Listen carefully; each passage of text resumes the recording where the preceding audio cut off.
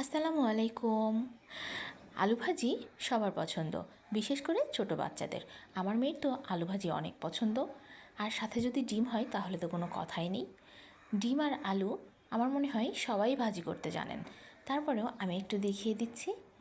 পেঁয়াজগুলো আমি হালকা লাল করে ভেজে নেব। এর মধ্যে দিয়ে দেব হলুদ। হলুদটা তেলের উপরে দিয়ে দিলে ভাজিটার কালার খুব সুন্দর আসে। তারপরে দিয়ে দিচ্ছি লবণ। এখন আমি আলুটা হালকা সেদ্ধ করে নেব, মানে অর্ধেকটা সেদ্ধ করে নিয়ে আমি আলুগুলো সাইডে সরিয়ে রেখে একটা ডিম ভেঙে দেব। ডিমের জন্য যতটুকু লবণ দরকার আমি ততটুকুই লবণ দিয়েছি। দিয়ে ডিমগুলোকে আমি ভেঙে নিয়ে একটু ভেজে নিচ্ছি, তারপরে আলুর সাথে মিশিয়ে দেব। এভাবে কারা আলু ভাজি করেন বা বাসাতে কে কার বাচ্চা কতটুকু পছন্দ করেন আমাকে জানাবেন। আমার বাচ্চার কিন্তু খুব পছন্দ এই ভাজিটা। আমি ভাজিটা মচমচা করে ভাজি। মচমচা করে ভেজে আমার মেয়ে গরম ভাত বা পরোটার সাথে খেতে খুব পছন্দ করে।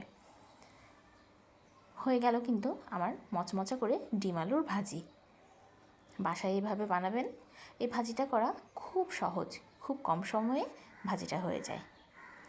দেখেন ভাজিটা রেডি হয়ে গিয়েছে, অনেক সুন্দর হয়েছে। সবাই এভাবে বাসায় বানাবেন, আমাকে জানাবেন, আমার জন্য দোয়া করবেন। আল্লাহ হাফেজ।